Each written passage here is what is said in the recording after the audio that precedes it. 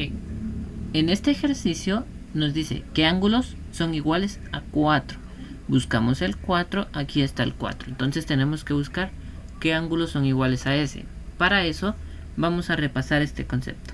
Esta línea de aquí es paralela a esta de aquí, lo cual quiere decir que son exactamente iguales en su pendiente, ¿sí?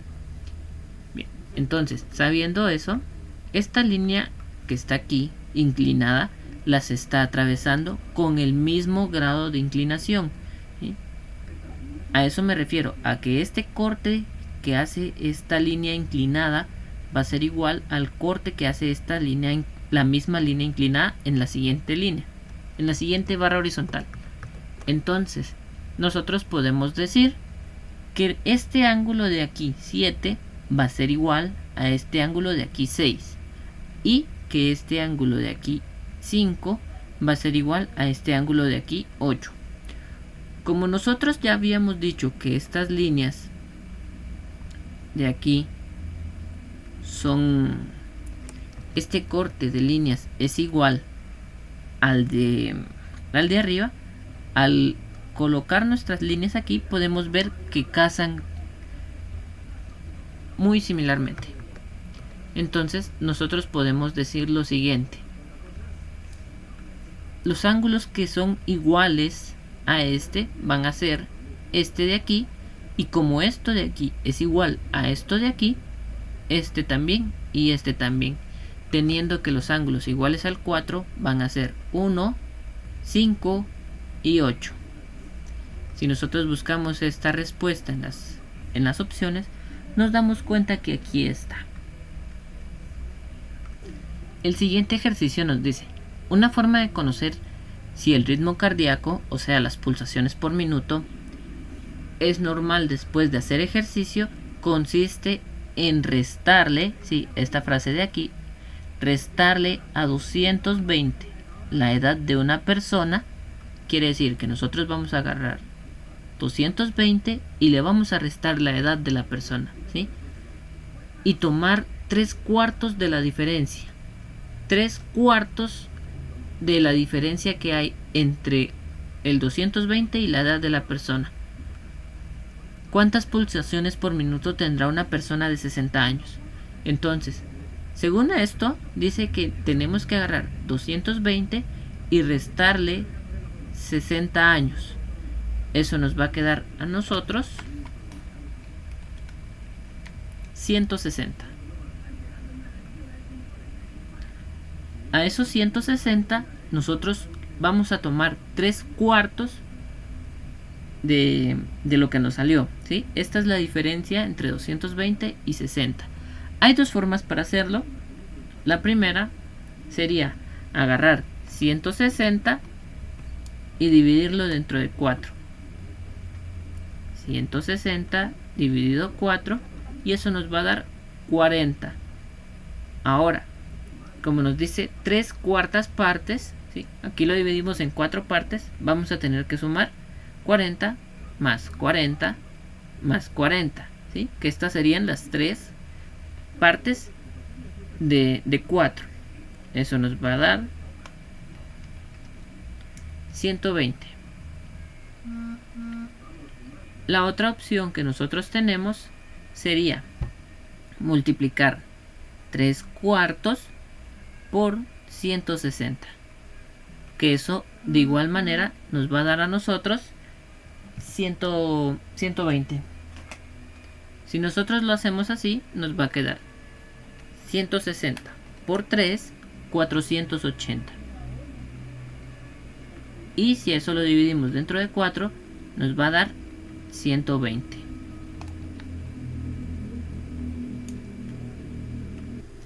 El siguiente problema nos dice la expresión algebraica que indica, y nos dan un texto. Vamos a ir colocándolo por partes. Si al cuadrado de la suma de dos números, eso quiere decir el cuadrado, o sea, elevar al cuadrado la suma de dos números, el número A más el número B, ¿sí? Aquí nosotros podemos poner cualquier cosa, X y Y, P y Q, el número, las letras que ustedes quieran, ¿va? Pero como aquí en las respuestas está con A y B, vamos a usar A y B. Entonces dice, el cuadrado de la suma de dos números A y B. Ah, bueno, aquí ya no lo dice. Le vamos a restar la mitad de C. ¿Qué es lo que le vamos a restar? La mitad de C. ¿Sí? Ahí ya tenemos la mitad de C. Luego dice, y la diferencia resultante la multiplicamos por 5. A lo que nos sale de esto, nosotros lo vamos a multiplicar por 5. El 5 lo podemos colocar de este lado o lo podemos colocar de este lado, sin signo, o si ustedes quieren con signo. No hay ninguna diferencia. Esto de aquí vendría siendo nuestra respuesta. Y si ustedes la buscan en sus opciones, se darán cuenta que está aquí.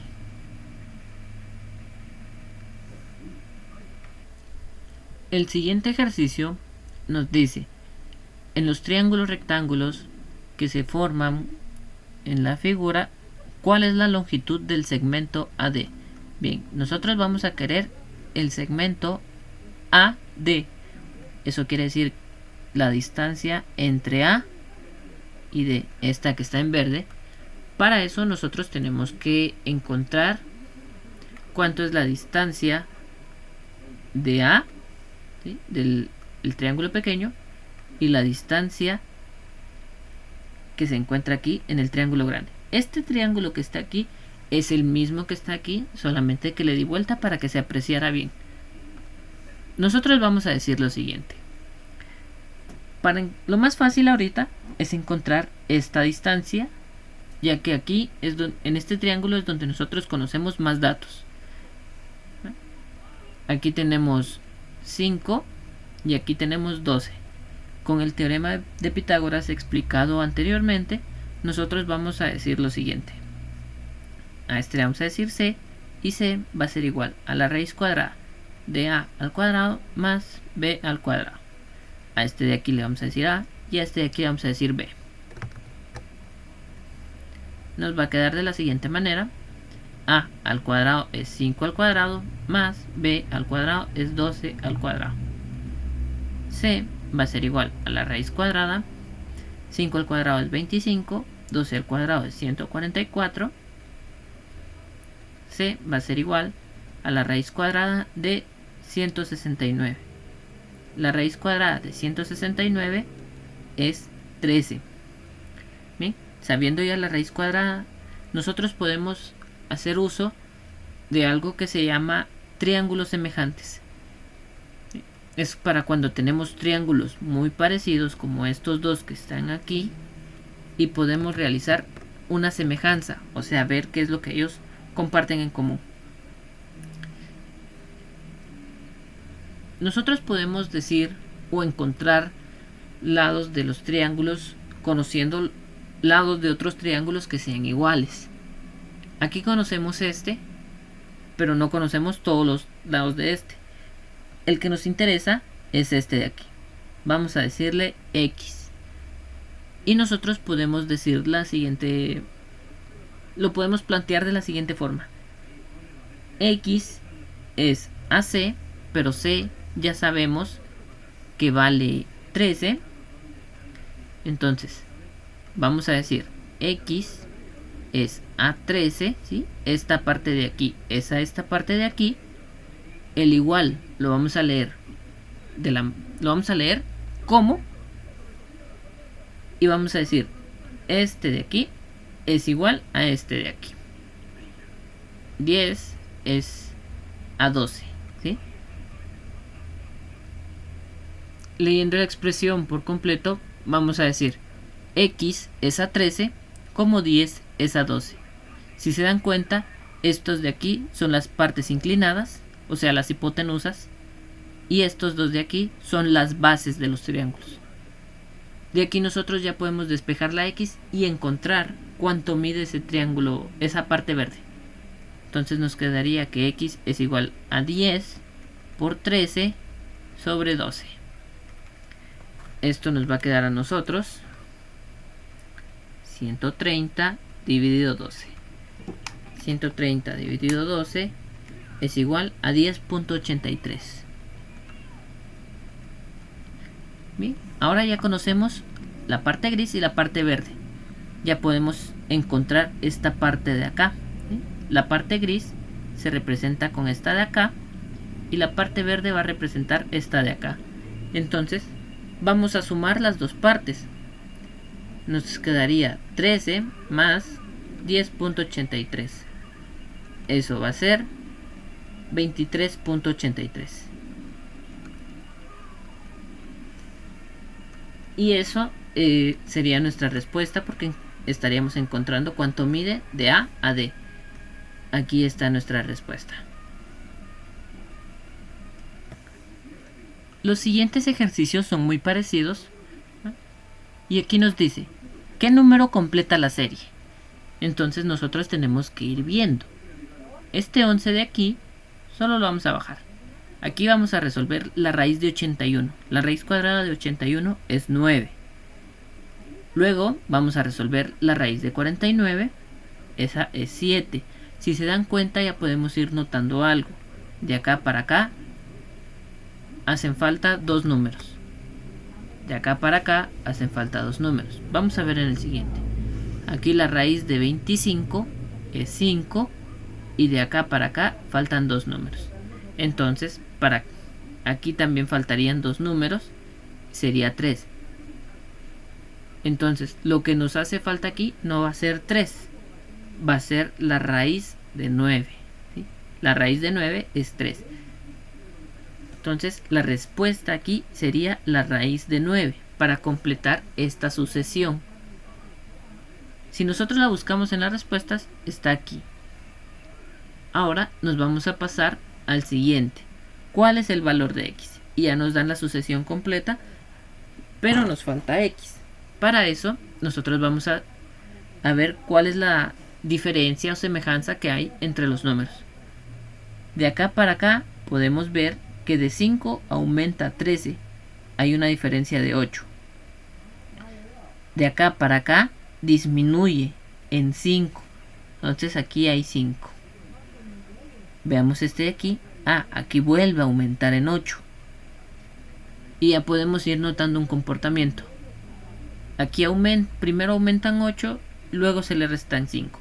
Luego aumentan 8 y se le van a restar 5. Al restársele 5, esto nos va a quedar como 11. Y si a esos 11 le sumamos 8, nos quedan 19. Quiere decir que nuestra respuesta es 11. Y 11 se encuentra aquí. El siguiente ejercicio nos dice: los primeros pares ordenados de una función están dados en la tabla. 3 va a ser par ordenado con 25, 4 va a ser par ordenado con 50 y 5 va a ser par ordenado con 75. Entonces, nosotros podemos decir: la función tiene una relación directamente proporcional. La función tiene una relación inversamente proporcional.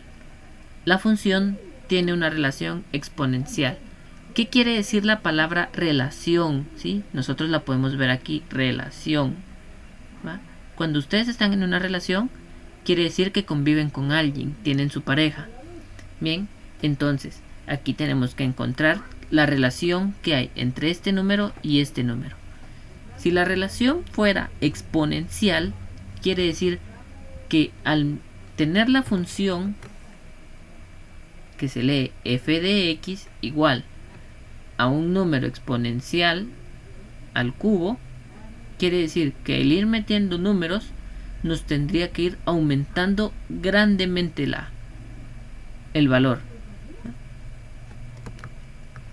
Nosotros vamos a tomar que el valor aquí no es exponencial porque no nos está aumentando el 25.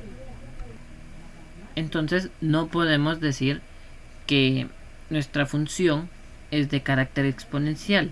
Además, no conocemos los valores que ella presenta o los términos que ella presenta. Luego dice, vamos de abajo hacia arriba. La función tiene una relación inversamente proporcional. al decir inversamente proporcional, en lugar de ir aumentando, nuestra función debería de ir disminuyendo, ¿sí?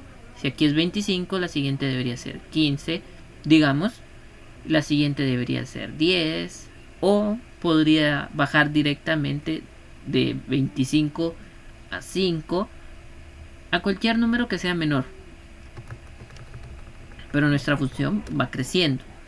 Y podemos decir que es directamente proporcional, dado que al aumentar un poco nuestra función, esta aumenta en 25. Si nosotros aumentamos un número, la función va a ir aumentando de 25 en 25. Quiere decir que va a llevar un aumento constante, un aumento que no va a ir variando. Si nosotros pusiéramos aquí un 6, esto aumentaría en 25 a 100. Un 7 aumentaría a 125.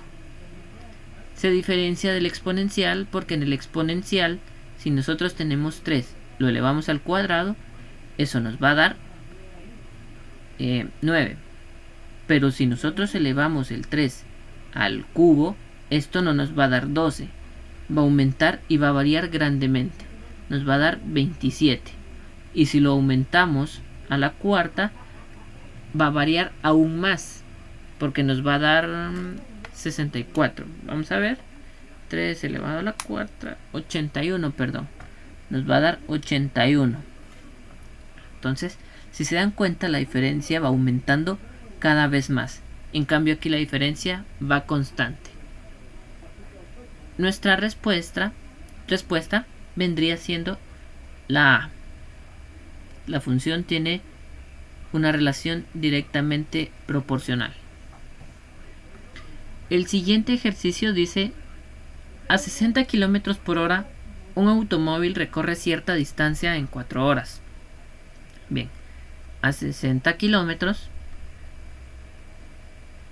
por hora, un automóvil recorre cierta distancia en 4 horas. No nos está diciendo la distancia, pero la podemos encontrar. Sigamos viendo. ¿Cuántas horas tardará en recorrer la misma distancia, pero a 90 kilómetros? Nosotros tenemos a 90 kilómetros por hora la misma distancia, ¿sí? Las distancias vienen siendo iguales. ¿Y cuánto se va a tardar en recorrerlas? En recorrer la misma distancia, pero a una velocidad más grande. Bien, entonces, aquí hay dos formas de que nosotros lo podemos hacer. Planteándolo como una regla de 3 o usando las fórmulas de movimiento rectilíneo uniforme. Vamos a hacerlo como una regla de 3. Para eso, esto lo convertimos en fracción, estas dos barras las convertimos en igual y esto de aquí en fracción.